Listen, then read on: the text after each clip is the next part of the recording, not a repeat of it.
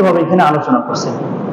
আল্লাহ তাআলা বলতেছেন ওয়াইয ক্বালা লুকমানু লিবনিহি, আর স্মরণ করুন ওই সময়কে যখন লুকমান তার সন্তানকে বলতেছে, সন্তানকে উপদেশ দিচ্ছে, ওয়া হুয়া ইয়াইযুহু, এবং সে তাকে ওয়াজ করতেছে, তাকে উপদেশ দিচ্ছে, ইয়া বুনাইয়া লা তুশরিক বিল্লাহ, হে আমার সন্তান তুমি লা তুশরিক বিল্লাহ, আল্লাহ তাআলার সাথে তুমি শরীক করিও না, তুমি তোমার মহান প্রতিপালক আল্লাহ তাআলার সাথে তুমি কাউকে অংশীদার হিসেবে সাব্যস্ত করো না।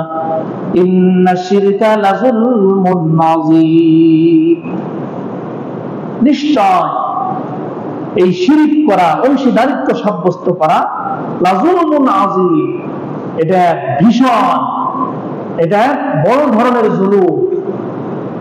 একটা বড় ধরনের জুলুম হলো আল্লাহ তাআলার সাথে কাউকে শিরিক করা।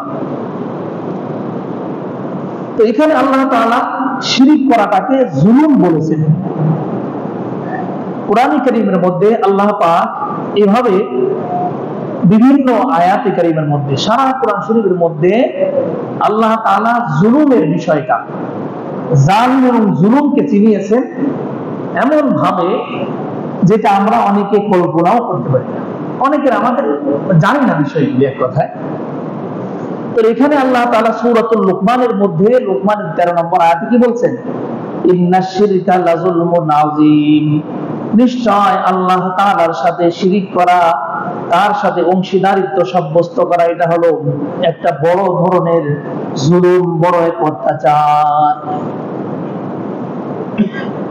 এইভাবে 10 প্রকারের জুলুমের কথা আল্লাহ তাআলা কোরআন কারীমের মধ্যে বলছেন। তো 2 নম্বরের জুলুম হলো আল্লাহ তাআলা বলেন যে সীমা লঙ্ঘন করা। কি সীমা লঙ্ঘন করা? আল্লাহ তাআলা যেই হুকুমটা যেইভাবে করেছেন, আল্লাহ তাআলা যে হুকুম করেছেন সেই হুকুমের বাইরে চলা, এটা হলো সীমা লঙ্ঘন করা। সে হুকুমের বাহিরে যাওয়া, হুকুমকে অমান্য করা, এটাই হলো সীমা লঙ্ঘন করা। আল্লাহ তাআলা কোরআন কারীমে সূরাতুল বাকারার 229 নম্বর আয়াত, এখানে বলতেছেন যে তিলকা হুদুদুল্লাহি ফালা তা'তাদুহা। আল্লাহ পাক এই সূরাতুল বাকারার 229 নম্বর আয়াতের শুরু থেকে আল্লাহ তাআলা একটা বিধানের কথা বলেন, সেটা হলো যে বৈবাহিক সম্পর্ক বিচ্ছেদ যখন হয় সেটাকে তলাক বলা হয়। আরবিতে তলাক বলে, আমরা বাংলায় বলি তালাক বলে থাকি। এই তালাকের বিধিবিধান আল্লাহ তাআলা কোরআন কারীমের একটা পৃষ্ঠা, প্রায় 1 পৃষ্ঠা আলোচনা করছেন। আলোচনা করে শেষ আয়াতের শেষের অংশ বলছেন তিলকা হুদুদুল্লাহ, যে আমি যেইভাবে তোমাদেরকে আদেশ করেছি, আমি যে বিধান বর্ণনা করেছি, এটা হলো সীমানা, এটা হলো সীমারেখা, ফালা তা'তাদুহা, সুতরাং এই সীমানার বাইরে যেও না, এই সীমাকে অতিক্রম করো না।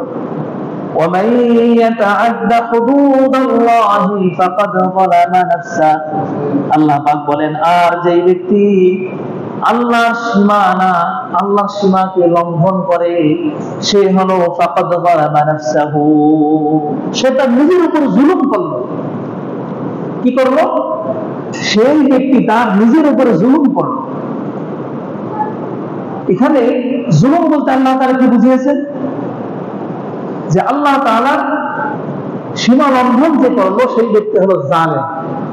সেই ব্যক্তি কি? জালেম। শিরক যে ব্যক্তি করলো সে কি? জালেম। আল্লাহ তাআলার হুকুম যে অমান্য করলো সেই ব্যক্তি জালেম। তিলকা হুদুদুল্লাহি ফালা তা'তাদুহা ওয়া মান ইয়াতা'আদ্দা হুদুদাল্লাহি ফাকাদ যালামা নাফসাহু, যে ব্যক্তি আল্লাহ সীমা লঙ্ঘন করলো সে তার নিজের উপরে জুলুম করলো। কি করলো? নিজের উপরে জুলুম করলো। এখন নিজের উপরে কি জুলুমটা কিভাবে করলো? হুকুম অমান্য করলো, আল্লাহ জুলুম করছে নিজের উপরে। এখানে ভাববার আছে যে আল্লাহ তাআলার হুকুমকে অমান্য করে সেই ব্যক্তি আল্লাহ তাআলার ক্রোধের মধ্যে পড়ে যায়, আল্লাহ তাআলা রাগের মধ্যে পড়ে যায়, আল্লাহ তাআলা তার উপর রাগ হন। আর আল্লাহ যার উপর রাগ হন তার পরিণতি কি ভয়াবহ, তাকে আল্লাহ তাআলা পাকড়াও করে, ধরাশায়ী করে। তো সে যে অপরাধ করলো, এই অপরাধের দ্বারা সে নিজের উপরে বিপদ ডেকে আনে, নিজের উপরে অত্যাচার ডেকে আনে, অর্থাৎ হুকুম অমান্য করার দ্বারা সে আযাবের মধ্যে গ্রেফতার হবে। তো সে নিজেই নিজের উপর আযাবকে কেমন যেন সাব্যস্ত করবে, তো নিজের উপরে জুলুম, আযাব সে ভোগ করবে, আযাব তাকে ভোগ করতে হবে, শাস্তি ভোগ করতে হবে, নিজের উপর অত্যাচার করবে, এটা নিজের উপর বেইনসাফি, এটা জুলুম। আল্লাহ তাআলা এজন্য বলেন, যে ব্যক্তি আল্লাহর সীমা লঙ্ঘন করে সেই ব্যক্তি জুলুম করলো, সে নিজের উপরে জুলুম করলো।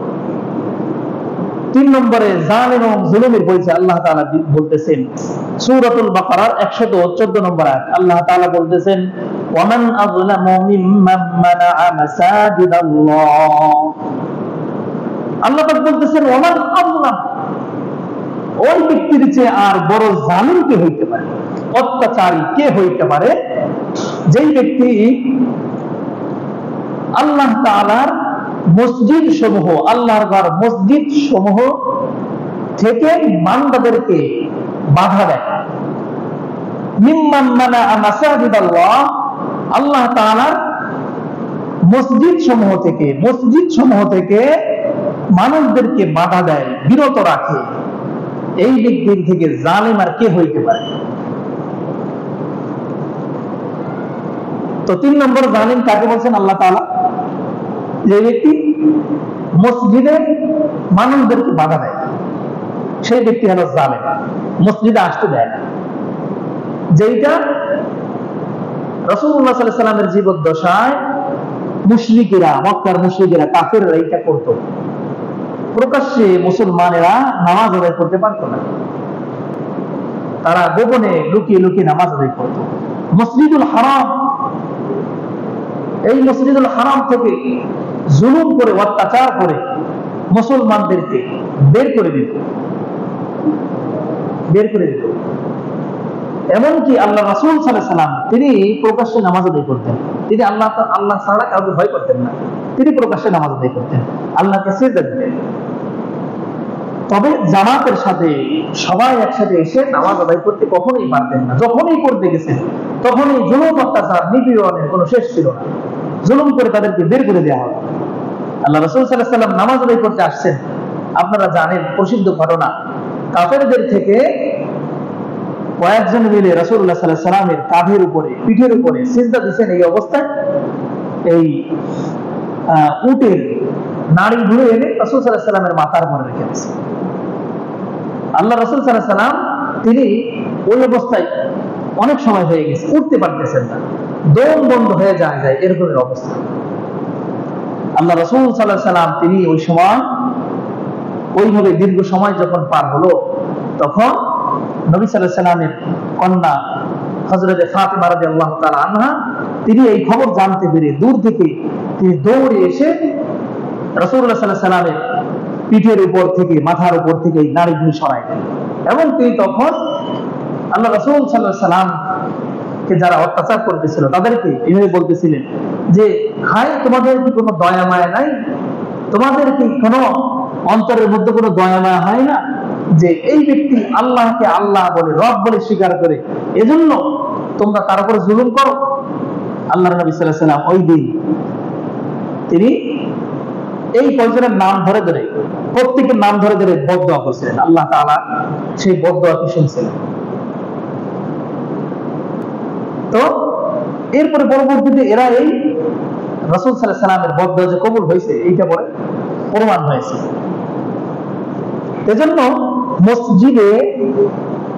মসজিদ থেকে যারা মানুষদেরকে বাধা দেয়, এরা হলো জালিমদের থেকে অন্যতম এক জালিম।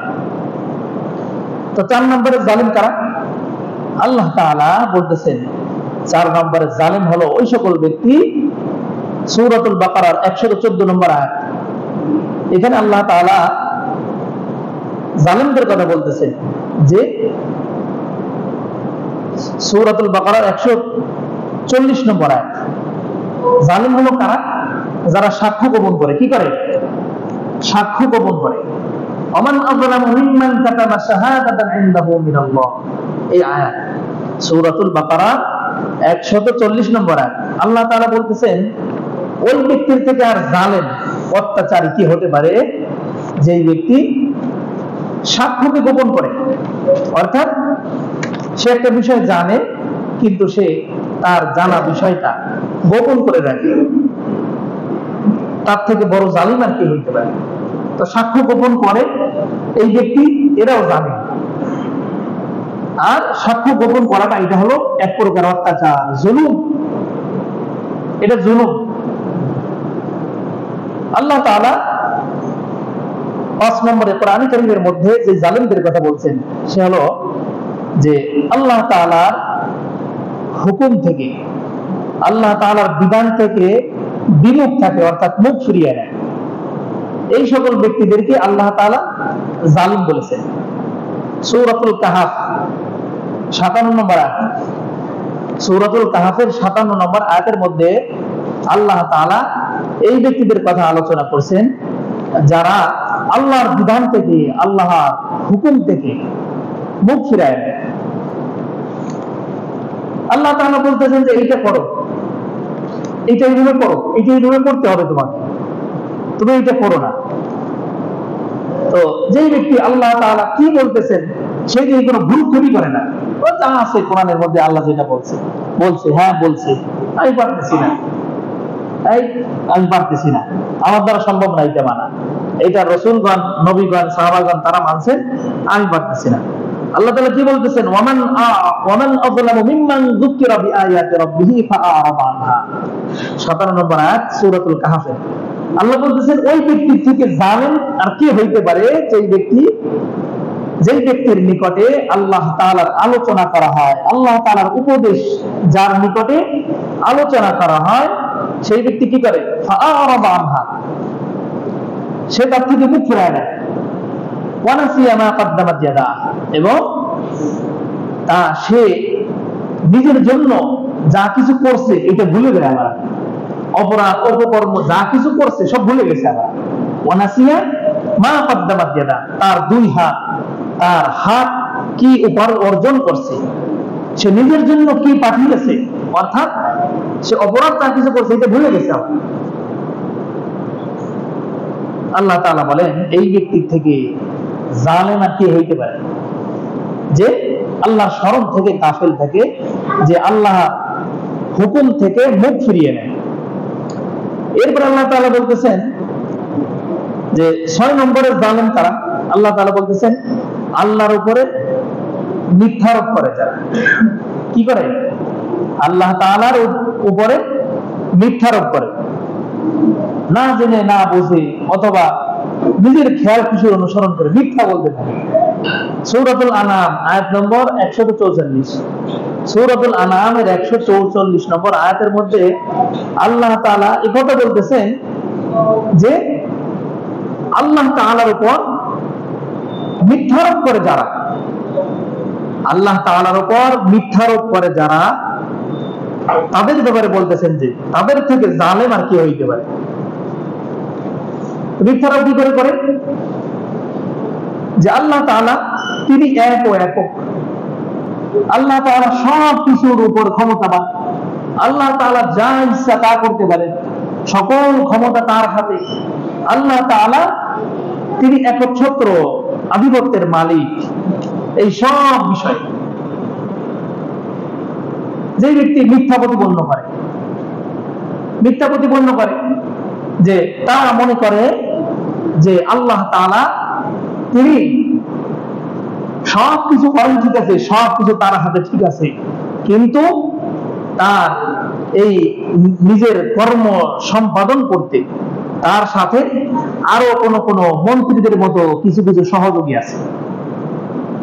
অথবা বলে থাকে যে আমরা আল্লাহ তাআলার প্রিয় বান্দা, আমরা আল্লাহ তাআলার প্রিয় পাত্র, আমরা যতই জুলুম করি আল্লাহ আমাদেরকে কি করবেন না, এই অপরাধ এই জুলুমের জন্য পাকড়াও করবেন না, আল্লাহ আমাদেরকে মাফ করে দিবেন।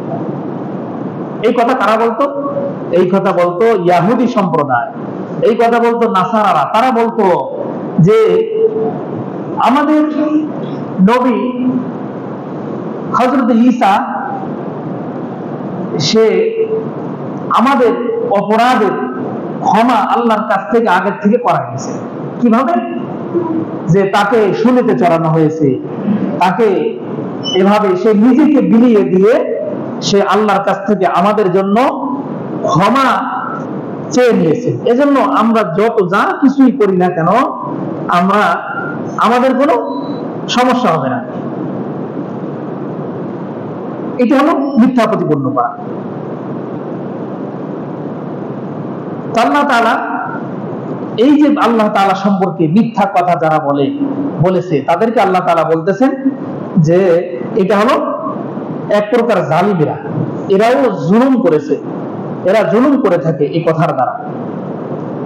এরপর আল্লাহ তাআলা 7 নম্বরে জালিমদের পরিচয় দিচ্ছে যে অন্যায় ভাবে কাউকে হত্যা করা। কি করা? কাউকে অন্যায় ভাবে হত্যা করা। কোরআন কারীমে সূরাতুল বনী ইসরাঈল, সূরাতুল বনী ইসরাঈল, এই সূরাতুল বনী ইসরাঈলের 33 নম্বর আয়াত আল্লাহ তাআলা কি বলতেছেন? সূরাতুল বনী ইসরাঈলের 33 নম্বর আয়াতের মধ্যে আল্লাহ তাআলা জানিয়ে দিচ্ছেন, ওয়ালা তাকতুলুন নাফসাল্লাতী হারামাল্লাহু ইল্লা বিল হক।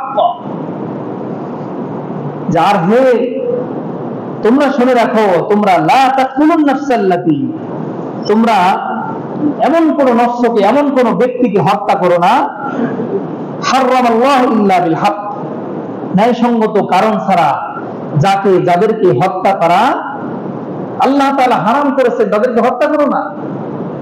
ওমান কুতিলা মাজলুমান ফাকাদ জাআলনা লিওয়ালিহি সুলতানান ফালা ইসরিফ ফিল কতল ইন্নাহু কানা মানসুরা। আল্লাহ তাআলা কি বলতেছেন? যাকে হত্যা করতে আল্লাহ তাআলা নিষেধ করেছেন। হত্যা করা বৈধ কাকে? হত্যা করা বৈধ কাদেরকে আল্লাহ তাআলা কোরআন কারীমের মধ্যে এই বিস্তারিত বিধান জানিয়ে দিয়েছেন। কোন অপরাধী সে যদি তার অপরাধের কারণে মৃত্যুদণ্ড প্রাপ্ত হয়, তাকে যদি শাস্তি হিসাবে তাকে এভাবে এটাই ফয়সালা হয় যে তাকে মৃত্যুদণ্ড দিতে হবে, তো এই ব্যক্তিকে হত্যা করা যায়। একজন আরেকজনকে হত্যা করছে, কি করছে? হত্যা করছে। আল্লাহ তাআলা কোরআন কারীমের মধ্যে বলেন হত্যার বদলে হত্যা, খুনের বদলে খুন, হত্যা করার আদেশ দেওয়া হয়েছে এই ব্যক্তিকে। একটা উদাহরণ, এখন দেখা যাচ্ছে যে এরকমের ব্যক্তি ছাড়া অন্য কাউকে হত্যা করা অন্যায় ভাবে, এটা হলো আল্লাহ তাআলা বলতেছেন ওমান কুতিলা মাজলুমান, আর যেই ব্যক্তিকে জুলুম করে হত্যা করা হয়, অত্যাচার করে হত্যা করা হয়, তার কথা বলতেছেন। তো এখানে কি বলছেন? যাকে জুলুম করে হত্যা করা হয়। তো বিচার বহির্ভূত হত্যা, এগুলি কি জুলুম? এগুলি জুলুম। আল্লাহ তাআলা কোরআন কারীমের সূরাতুল মাইদার মধ্যে আল্লাহ তাআলা বলেছেন, সূরাতুল মাইদার মধ্যে আল্লাহ তাআলা যে কথা বলেছেন যে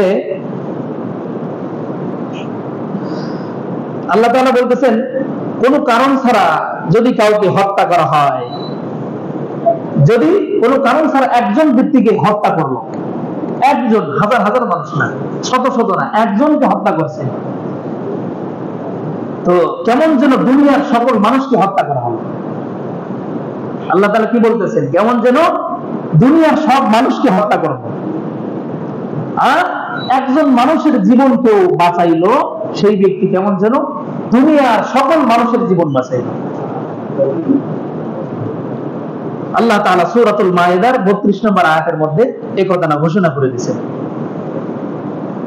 তো মানুষদেরকে হত্যা করা এটা এমন জুলুম যে কিয়ামতের ময়দানে এই মানুষ দাবি করবে আল্লাহর কাছে, আল্লাহর বিচারিক আদালত বলবে যে আল্লাহ আমাকে হত্যা করছিলেন। আল্লাহ তাআলা এই হত্যাকারীর জন্য জাহান্নাম অবধারিত করছে। কি করছেন? জাহান্নামকে অবধারিত করছে। রক্ষা পাওয়ার কোনো সুযোগ নাই। যদি ক্ষমা করাই নিতে পারে, যদি মাফ চেয়ে তার ওলি যারা আছে, তার অভিভাবক যারা আছে, তাদের থেকে এই বিষয়টাকে যদি ফয়সালা করতে পারে, যদি এরকম রক্তবান আদায় করতে পারে, অথবা যেই ব্যক্তি হত্যা করছে তাকে যদি দুনিয়াতে বিচারের মাধ্যমে তাকে যদি মৃত্যুদণ্ড দেওয়া হয়, তাকে যদি হত্যা করা হয়, তাহলে আল্লাহর আদালতে গিয়ে এই ব্যক্তি আল্লাহ তাআলার আদালতে গিয়ে সে মুক্তি পাবে, কারণ তার শাস্তি দুনিয়াতে হয়ে গেছে। তো দুনিয়াতে এই কাউকে হত্যা করা এটা এমন মারাত্মক পর্যায়ের জুলুম, এমন মারাত্মক পর্যায়ের অত্যাচার যে আল্লাহ তাআলা বলেছেন সে যেন দুনিয়ার সব মানুষকে হত্যা করে ফেলবে। এজন্য এই জুলুম, আল্লাহ রাসূল সাল্লাল্লাহু আলাইহি ওয়াসাল্লাম মুসলিম শরীফের হাদিস 2576 নম্বর হাদিস, সহিহ মুসলিমের মধ্যে বর্ণিত হয়েছে। আল্লাহ তাআলা বলেন আয-যুলমু যুলুমাতুন ইয়াওমাল কিয়ামা, যে জুলুম, এই অত্যাচার, এটা হলো এমন একটা বিষয় যে কিয়ামতের দিবসে জালিম ব্যক্তির জন্য অন্ধকার, তার জন্য এই জুলুমগুলো অন্ধকার হয়ে যাবে, সে চোখে দেখতে পারবে না। জালিমের একটা আলামত থাকবে যে এই জালিমটা চোখে দেখবে না, মানুষেরা দেখে বুঝতে পারবে যে এরা জালিম ছিল, দুনিয়াতে এরা অত্যাচার করবে। আল্লাহ তাআলা এভাবে জালিমদের ব্যাপারে এই কথা বলেন। এরপর আল্লাহ তাআলা কোরআন কারীমের মধ্যে 8 নম্বরের জালিমদের কথা যেভাবে বলেছেন, আল্লাহ তাআলা বলেন সম্পদ আত্মসাৎ করা। সম্পদ আত্মসাৎ করা, এই ব্যক্তিদেরকে আল্লাহ তাআলা বলেছেন যে এরা হলো জালিম। তো রাসূল সাল্লাল্লাহু আলাইহি ওয়াসাল্লাম হাদিসের মধ্যে এদের কথা বলেন, সহিহ বুখারীর 3198 নম্বর হাদিস। আল্লাহ রাসূল সাল্লাল্লাহু আলাইহি ওয়াসাল্লাম বলেন যে দুনিয়াতে যদি কেউ অন্যায়ভাবে, দুনিয়াতে যদি কোনো ব্যক্তি অন্যের সম্পদকে, অন্যের জমি জমা যাই হোক না কেন, কোন ধরনের কোন সম্পদকে যদি আত্মসাৎ করে, রাসূলুল্লাহ বলেন যদি জমিন থেকে কেউ কারোর 1 বিঘা পরিমাণ জমিনকে আত্মসাৎ করে, কারণ জমিন আত্মসাৎ করা এটা যে এত বড় নেশা, এর মধ্যে যে এত বড় মজা, এটা যারা এর সাথে সম্পৃক্ত, তারা এর ভুক্তভোগী যারা, তারা ভালো করে জানেন যে জমি জমার উপর যারা অত্যাচার করে, জুলুম করে যারা আত্মসাৎ করে নেয়, এই আত্মসাৎকারীদের এদের যে কত মজা এর মধ্যে। আল্লাহ রাসূল সাল্লাল্লাহু আলাইহি ওয়াসাল্লাম বলেন যে কিয়ামতের দিবসে এই জালিমদেরকে, এই আত্মসাৎকারীদেরকে 7 তবক জমিনকে তাদের গলার মধ্যে ঝুলাই দেওয়া হবে। এরপরে বলা হবে যে নে তোর জমি নেই, পুরো জমিনকে তাকে তার গলায় ঝুলাই দেওয়া হবে। সে কি বহন করতে পারবে? কোনোদিন পারবে না। এটাও তাকে একটা শাস্তি স্বরূপ। আসল শাস্তি তো আছে, আগুনে পোড়া, কিন্তু এর আগে আল্লাহ তাআলা তাকে শাস্তি হিসেবে এটা দিবে। তো এই জমি আত্মসাৎ করা, অন্যের সম্পদকে আত্মসাৎ করা, এইটাও এক পর্যায়ে মারাত্মক পর্যায়ের জুলুম।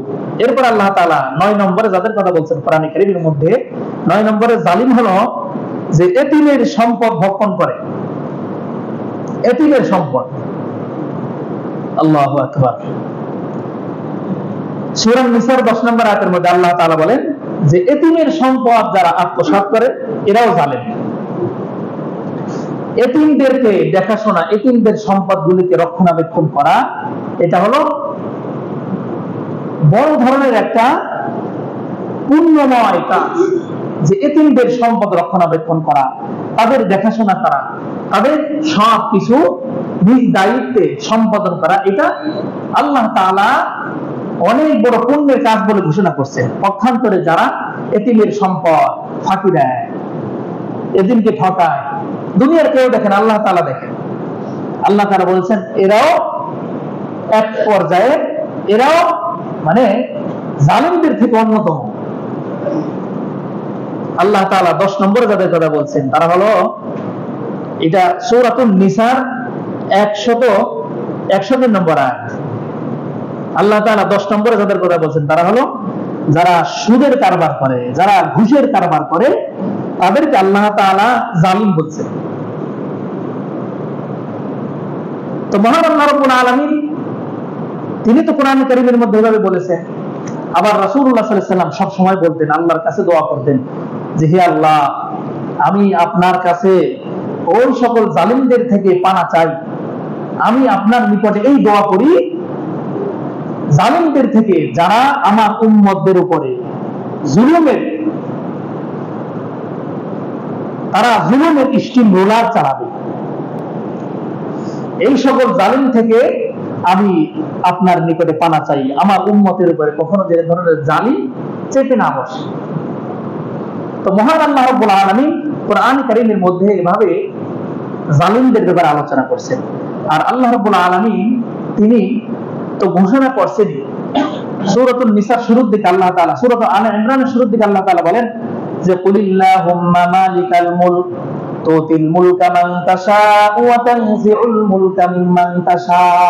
হে নবী, আপনি বলুন আল্লাহুম্মা মালিকাল মুলক, হে আল্লাহ, আপনি হলেন সকল ক্ষমতার মালিক, আপনার হাতে সকল ক্ষমতা।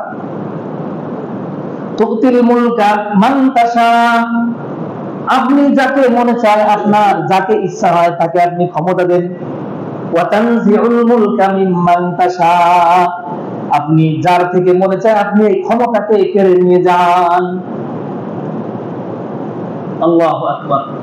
এর দৃষ্টান্ত দুনিয়াতে বুড়ি বুড়ি, পৃথিবীতে ক্ষমতা ছাড়তে চায় এরকমের মানুষ খুব কম। আপনি ব্যক্তি জীবনের দিকে তাকান, নিজের দিকে তাকাই আমরা। আল্লাহ তাআলা দুনিয়াতে আমাদেরকে যে শক্তি সামর্থ্য দান করছেন, এই হাতটা এভাবে যে আমরা চালাইতে পারতেছি, জবান দিয়ে কথা বলতে পারতেছি, চোখের যে পলকটা ফেলতে পারতেছি, আমরা যে একটা মুহূর্তের জন্য যে মানে আল্লাহ তাআলা এভাবে পক্ষ থেকে ক্ষমতা, আল্লাহ পক্ষ থেকে যে তিনি যে ক্ষমতা দান করছেন, এই ক্ষমতা থেকে আমরা বঞ্চিত না। এই প্রত্যেকটা ক্ষমতার পিছনে আল্লাহ তাআলার হাত রয়েছে। আর এই ক্ষমতা কেউ ছাড়তে চায় না, ক্ষমতা কেউ ছাড়তে চায় না। আমি আপনি, আরে অন্যদের কথা বাদ দেন, নিজের দিকে তাকান। আমি আপনি ক্ষমতা ছাড়তে চাই না। কিভাবে? সেটা কিভাবে? যখন মৃত্যুর সময় হয়ে যায়, যখন মৃত্যুর সময় ঘনিয়ে আসে, তখন প্রত্যেক ব্যক্তিকে তার যে ক্ষমতা আল্লাহ তাআলা দিয়েছিলেন, সেই ক্ষমতা থেকে তাকে সরিয়ে দেওয়া হয়, ক্ষমতাকে কেড়ে নেওয়া হয়। ওই সময় মৃত্যুর শরণাপন্ন ব্যক্তি, যেই ব্যক্তির মৃত্যুর সময় ঘনিয়ে এসেছে, সেই ব্যক্তি ক্ষমতা ছাড়তে চায় না। সেই ব্যক্তির জান, তার যে আত্মা, সেই আত্মা শরীরের বিভিন্ন অঙ্গে লুকাইতে থাকে, হাদিসের মধ্যে আছে। এমনকি শরীরের যে পশম, এই লোমগুলি, এই লোমের গোড়ায় গিয়ে আত্মা পালাইতে থাকে, নফস জানটা পালায়। ক্ষমতা ছাড়বে না, সে মৃত্যুবরণ করবে না, সে তার এই ক্ষমতা হাতছাড়া করতে চাচ্ছে না। আল্লাহ তাআলা এমন ফেরেশতাদেরকে, এমন বাহিনীকে আল্লাহ তাআলা বানিয়েছেন, সৃষ্টি করেছেন, সেই বাহিনীরা এমন ভাবে আঘাত করতে থাকে, শরীরের প্রত্যেকটা রন্ধ্রে রন্ধ্রে গিয়ে এই জানকে তারা খোঁজ করতে থাকে, সেখানে গিয়ে আঘাত করতে থাকে, লোহার হাতুড়ি দিয়ে পিটাইতে থাকে, ভয়ঙ্কর রূপ ধারণ করে সামনে আসে। আর সামনে এসে এরপরে জানকে জোর করে বের করে আনে। কেমন জোর করে বের করে আনে? জানকে বের করার সময় এত কষ্ট হয় যে দুনিয়ার মানুষ যদি এই কষ্ট কোনোদিন কোনোভাবে একটু অনুধাবন করতে পারত, তাহলে দুনিয়ার মানুষ আর সংসার করতে পারত না, ব্যবসা বাণিজ্য করতে পারত না, দুনিয়াতে টিকে থাকতে পারত না। আল্লাহর ভয়তে তারা এক সিজদা দিয়ে নিজেদের জীবনকে ওখানে শেষ করে দিত। এটা হলো ক্ষমতা, এটা হলো ক্ষমতা। আল্লাহ তাআলা বলেন যে ক্ষমতা যাকে মনে চায় তাকে দিন, আর যার থেকে মনে চায় সিনাই নেই। এইটা সম্পূর্ণ আল্লাহর হাতে। আপনি বোঝেন আর না বোঝেন, আমি বুঝি আর না বুঝি, আল্লাহ তাআলা তার হাতে এই ক্ষমতা রেখেছেন। ক্ষমতা কেমন যেন হলো একটা সমুদ্রের মতো। সমুদ্রের জোয়ার ভাটা এই দুনিয়ার কেউ বন্ধ করতে পারে না, বন্ধ করতে পারে না। ক্ষমতা হলো কেমন যেন একটা সমুদ্রের মতো, এর জোয়ার ভাটা যেমন কেউ বন্ধ করতে পারে না। সুতরাং এর যে পরিবর্তন, এটা যে হাতছাড়া হবে, এর মধ্যে কেউ প্রতিবন্ধকতা সৃষ্টি করতে চাইলেও পারবে না, সম্ভব নয়, এটা আদৌ সম্ভব নয়। আল্লাহু আকবার। এজন্য এত অহংকার, এত কিছু এই ক্ষমতার জন্য। আপনারা তো নমরুদকে, ফিরাউনকে ছিলেন। কোরআন কারীমের মধ্যে সূরাতুল কসাসের মধ্যে ফিরাউনের কথা আল্লাহ তাআলা আলোচনা করছেন। আল্লাহ তাআলা বলতেছেন যে ফিরাউনের দাম্ভিকতা এত ছিল, মুসা আলাইহিস সালাম সে যখন এসে আল্লাহ তাআলার কথা বলে তাকে দাওয়াত দিচ্ছিল, তার ক্ষমতার হলুদ চশমায় সে আল্লাহ তাআলাকে চিনতে পারতেছিল না। তার ক্ষমতার যে চশমা ছিল চোখে, সে তা দিয়ে সে সত্যকে অনুধাবন করতে পারতেছিল না। সে সব দেখতেছিল, তার মধ্যে ধরে সে জগৎ দেখতেছিল। সে অহংকার বশত সে তার মন্ত্রী হামানকে ডাক দিয়ে বলতেছে, ইয়া হামান, ইয়া হামান ইবনি সরআ। আল্লাহ তাআলা সূরাতুল কসসের মধ্যে বলতেছেন যে সে ডেকে হামানকে বলতেছে, হামান তুই এদিকে আয়, টিটকারি মেরে হাসতে হাসতে বলতেছে, সে টিটকারি মেরে বলতেছে, হামান এদিকে আসো, তুমি আমার জন্য একটা উঁচু একটা ভবন বানাও, উঁচু একটা টাওয়ার বানাও, তুমি তোমার কর্মচারীদেরকে দিয়ে, রাজমিস্ত্রিদেরকে দিয়ে তুমি এভাবে সুনিপুণ ভাবে উঁচু একটা টাওয়ার বানাও, লাআল্লি আত্তালিউ ইলা ইলাহি মূসা, যাতে করে আমি মুসার যে ইলাহ, সে যে ইলাহের কথা কয়, সেই ইলাহকে আমি একটু মানে উঁকি মেরে দেখতে পারি। সে এভাবে বলতেছে। সূরাতুল কসসের মধ্যে আল্লাহ তাআলা এই আলোচনা করছে। সূরাতুল কসসের 36 নম্বর আয়াতের মধ্যে আল্লাহ তাআলা বলতেছেন এই কথা, আমি যদি একটু উঁকি মেরে দেখতে পারি মুসার ইলাহকে, এই কে বলে ক্ষমতা। আল্লাহ তাআলা এরপরে বলেন যে ফিরাউন আরো বলে যে আমি তো মুসাকে মিথ্যাবাদী ভাবি, মিথ্যাবাদী মনে করি, তারপরে একটু দেখি। এটা হলো অহংকার বশত সে এই কাজ করছিল। সে উঁচু একটা ভবন বানাইছিল, উঁচু একটা টাওয়ার বানাইছিল, আল্লাহর উঁকি মেরে দেখবে। আল্লাহু আকবার, এটা হলো ক্ষমতা। কারণ কি তো ছিলেন, কারণ এই কারণের নাম তো শুনছেন, এই কারণের কথাও এই সূরা কসসের মধ্যে আলোচনা আছে। কারণ এর অহংকারের কোন ছিল, যে ছিল গরিব, মুসা আলাইহিস সালামের আপন খালাতো ভাই, এ তাওরাত কিতাবের হাফেজ ছিল, পুরো তাওরাত কিতাবের মুখস্থ ছিল। সে তার ক্ষমতা এই পর্যায়ে ছিল, মুসা আলাইহিস সালাম একে বলতেছে যে কারণ তুমি আল্লাহ তাআলার হুকুম যাকাত, সে যাকাত দাও। কারণ বলতেছে, অহংকার বলতে সে বলতেছে যে আমি তো আমার এই সম্পদ নিজের যোগ্যতা বলে উপার্জন করছি, অর্জন করছি। মুসার ইলার লোভ যাচ্ছে আমার সম্পদের উপর, নাউজুবিল্লাহ। কোরআন কারীমের আয়াত, একে বলে ক্ষমতা। ভুলে গেছে সব, কে তাকে বানাইলো, কে তাকে সৃষ্টি করলো, কার ইচ্ছায় তার অস্তিত্ব, কার দেওয়া ক্ষমতা ভুলে গেছে। এটা হলো কোরআন কারীমের মধ্যে এরকম দৃষ্টান্ত আল্লাহ তাআলা বলে করে রাখছে। এজন্য ক্ষমতা যখন চলে যাবে তার মুহূর্ত আগে জানা অনেক সময় সম্ভব হয় না। মৃত্যু যখন আসবে আমি আপনি কি জানবো? ক্ষমতা যখন আল্লাহ কেড়ে নিয়ে যাবে, আমার আপনার অন্যের কথা বাদ দেন, নিজের দিকে থাকে, আমি আপনি কি জানবো না? জানবো না। ফিরাউন যখন এই নদী পার হইতেছিল, সে যখন দেখলো যে সুন্দর পাকা রাস্তা, মুসা তার দলবল নিয়ে চলে যাচ্ছে, ফিরাউনও খুবই খুশি। সে এমন ভাবে ওইখান থেকে তার সৈন্য সামন্ত নিয়ে পার হইতে গেছে। আল্লাহ তাআলা তিনি গায়েব থেকে সব দেখতেছেন। আল্লাহ তাআলা বলতেছেন, তুই তো মনে করতেছিস যে তোর জন্য এটা খুব ভালো না, কিন্তু আমি তো তোর ক্ষমতার টুটি চেপে ধরার জন্য বসে আছি। আল্লাহু আকবার। আল্লাহ তাআলা তাকে একেবারে সাধারণ ভাবে তাকে ওইখানে ডুবাই মারছে। আল্লাহু আকবার। এজন্য জুলুম এটা মারাত্মক জিনিস। আল্লাহ রাসূল সাল্লাল্লাহু আলাইহি ওয়াসাল্লাম বলছেন যে একজন জালেম যখন জুলুম করে একজন মানুষের উপর, এই মাজলুম ব্যক্তি, অত্যাচারিত ব্যক্তি, সে যদি একজন বেবিরোধী হয়, কি হয়? বেঈমান, ইমানদার না, বেঈমান। বেঈমান সে যখন আল্লাহর কাছে এই জালিমের জন্য আল্লাহর কাছে বলে, আল্লাহ আমাকে জুলুম করতেছে, হে আসমানের মালিক, অথবা সে যখন আর্তনাদ করে, হায় আমার উপর জুলুম করতেছে, আল্লাহকেও ডাকতেছে না, আল্লাহ তাআলা বলেন যে আমি এই মাজলুমের ডাকও শুনি। আমাকে যে বিশ্বাস করেন, আমার অকৃতজ্ঞ, আমার অবাধ্য, তার এই ডাকও আমি শুনি, আমি তার ডাকে সাড়া দিই। আল্লাহু আকবার। এজন্য জুলুম এত বড় মারাত্মক জিনিস। জুলুম থেকে বিরত হওয়া চাই। আজকের দেশের এই পরিস্থিতি, আগে কি হয়েছে সেটা আপনারা নিজেরা চিন্তা ফিকির ভালোভাবে করতে পারেন, সেটা বলা প্রয়োজন নেই। কিন্তু বর্তমান জাহাজ ডাকাতের উপদ্রব বেড়ে গেছে, মানুষদের ঘর বাড়ি জ্বালাই দিচ্ছে, সরকারি ভবনগুলি, সরকারি সম্পত্তিগুলি জ্বালিয়ে পুড়িয়ে সারখার করতেছে, বিধর্মীদের উপাসনালয়ে সেখানে গিয়ে অগ্নিকাণ্ড চালাচ্ছে। এগুলো কি, এগুলোও কি জুলুম? এই জুলুমের অবসান ঘটবে। এই যে প্রতিশোধের নামে যারা এই জুলুম চালাচ্ছে, এদেরকেও আল্লাহর দরবারে গিয়ে কি করতে হবে? হিসাব দিতে হবে। আল্লাহ তাআলা কোরআন কারীমের মধ্যে কি বলেন?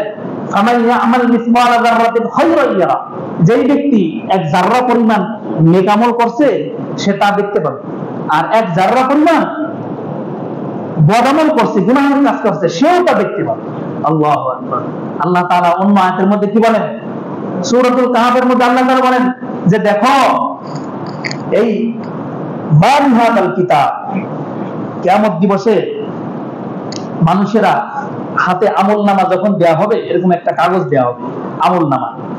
এই আমলনামা পেয়ে এই মানুষেরা এই আমলনামা দেখে এক পলক দেখেই বলবে, আল্লাহ সবকিছু স্মরণ করায় দেখে তখন বলবে মানহাদাল কিতাব, হায় এই কেমন আমলনামা, এই কেমন হিসাবপত্র, লা ইউগাদিরু সগীরা, যার মধ্যে তো একটা ছোট্ট বিষয়কেও বাদ দেওয়া হয়নি। ছোট্ট থেকে ছোট এবং বড় থেকে বড় সব কিছুর মধ্যে উল্লেখ আছে। এ কেমন আমলনামা! আল্লাহু আকবার। এজন্য আমি আপনি কি করতেছি আল্লাহ তাআলা সব কিছু দেখতেছেন। এজন্য খবরদার কোন অবস্থাতেই জুলুম অত্যাচারের মধ্যে না যাওয়া। আমি আপনি দুনিয়াতে ভাবি একটা যে এইটা করবো, কিন্তু আল্লাহ তাআলা তিনি যেটা করবেন তার বাইরে করার ক্ষমতা আমার আপনার নেই। আল্লাহ তাআলা কি বলেন? ওয়ামা তাশাউন ইল্লা আইয়াশা আল্লাহু রাব্বুল আলামিন। তোমরা যা চাও তা হয় না, আমি যেটা চাই সেটা হয়। অর্থাৎ তুমি একটা জিনিস করবে, ইচ্ছা করছো, আমি যদি অনুমতি দেই তাহলে সেই কাজটা হয়, তাহলে হয় না। আমার ইচ্ছাই হলো এটাই কার্যকর হয়। আল্লাহু আকবার। এজন্য নিজেকে নিয়ে ভাবি, এত অহংকার কোথা থেকে আসে? আরে সারাদিন দেহের মধ্যেই তো পেশাব পায়খানা মলমূত্র নিয়ে ঘুরতে হয়, তাহলে এত অহংকার কোথা থেকে আসে? দুনিয়াতে পাঠাইছে আল্লাহ এক ফোঁটা নাপাক পানির অস্তিত্ব, তার থেকে হলো আমি মানুষ। এত অহংকার, এত জুলুম করতে আসে কোথা থেকে আসে? এত কিছু, এত বড়াই, এত তাকাব্বুর। এজন্য নিজেদেরকে চিনি, জুলুম অত্যাচার থেকে সবসময় দূরে থাকি। সম্মানিত হাজিরিন, আমাদের এই হাসানবাগ, আমাদের যে এখানে আপনারা জানেন সবাই যে এই যে একটা সময় চলতেছে, খুবই একটা কি বলে বিপর্যয় পূর্ণ একটা অবস্থা চলতেছে। একজন এরকম বুদ্ধিজীবী, তিনি একটা প্রবাদ এরকমের শুনেছি, তিনি বলেন যে একজন স্বৈর শাসক, অর্থাৎ অত্যাচারী শাসক, সে যদি 80 বছরও যদি ক্ষমতায় থাকে, 80 বছরের যে ক্ষমতা না, মানে সে যে ক্ষতি না করে, যদি একটা দেশ, একটা রাজ্য যদি মানে রাজা শূন্য, অর্থাৎ তাদের কোনো নেতা নেই, শাসক শূন্য থাকে, একদিন যদি থাকে এরকমের, তাহলে ওই 80 বছরের ক্ষতির থেকেও বেশি ক্ষতি হয়ে যায়। এটা বাস্তব। আজকে দেশের যে অবস্থা, যে পরিস্থিতিতে, যে ঢাকা শহর সহ সারা দেশে লুটতরাজের কি চলছে, কেমন যেন মানে এটা হামেশাই রামরাজ্য চলছে এক কথা এরকম। এখন এই যে অবস্থায় আমাদের এলাকাকে হেফাজত করতে হবে আমাদেরকে, কারণ দুষ্কৃতিকারীরা তারা এই সুযোগের অপেক্ষায় থাকে। ট্রলার ভরে ডাকাতরা এসে তারপরে ডাকাতি করে, লুটপাট করে মানুষদেরকে মেরে ধরে সবকিছু সর্বস্ব বেড়ে নিয়ে চলে যাচ্ছে। এজন্য এই কারণে আমাদের এই যে হাসানবাগের আমাদের যে একটা এলাকা, এই এলাকাতে একটা কল্যাণ পরিষদ, এরকমের একটা কল্যাণ